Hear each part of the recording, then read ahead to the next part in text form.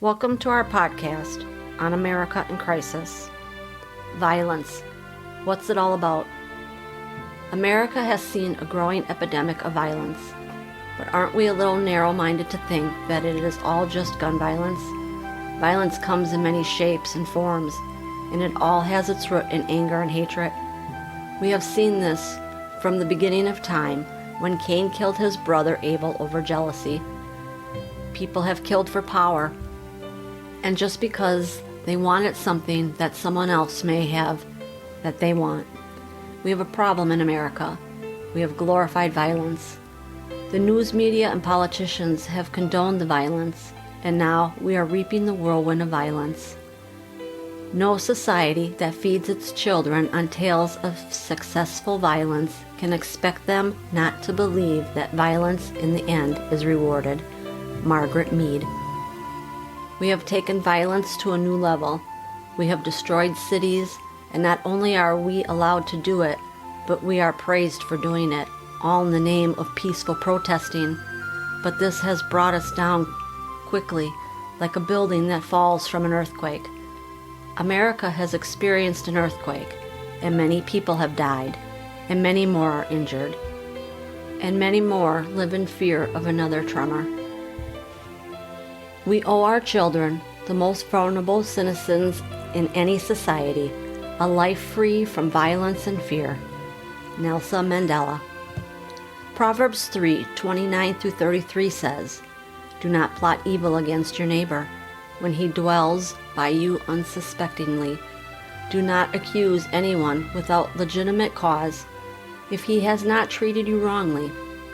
Do not envy a violent man, and do not choose any of his ways, for one who goes astray is an abomination to the Lord, but he reveals his intimate counsel to the upright. The Lord's curse is on the household of the wicked, but he blesses the home of the righteous." So how do we stop this cycle of violence? And when will it all end? I tell you this, no politician can solve this problem if they continue down the path that they are on. This problem can only be solved by us, yes, the people of this country. Years ago, we did not have such violence, and that was so out of control. We must return and do those things we did back then. The family unit must be restored, and that starts with God. We have turned our backs on God. We have taken God out of our schools, our families, and our everyday society, and we have replaced God with secular humanism, which says, "There is no God, for I am God." The absence of God in our families has led to single-parent homes, children rebellion, and the loss of respect for authority, which has all led to drugs, suicide, murder, and violence. Years ago, families would all go to church together. Today, you have to ask yourself, where are the children, especially the teens?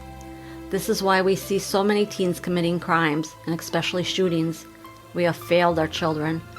You may say, well, it is the school's fault for what they teach and what they don't teach. This is true. Our schools have been hijacked, but still, we have the responsibility for the welfare of our children. Our children are bullied into thinking that they are no good because they may be different, or even because they are white and male. Yes, much of this comes from the schools and politicians, but still it is up to us to encourage our children and give them the proper foundation for life, which is God. The solution to our problem is still rooted in God. It is still up to us to live and teach and set an example for our children, and that example is in following God. We must be rooted and grounded so that our children will be rooted and grounded. Is there still hope? Yes, there is always hope in God. Let's place criminals back in jail and then teach them how to be good dads and rehabilitate them to be able to get good jobs and to live in society.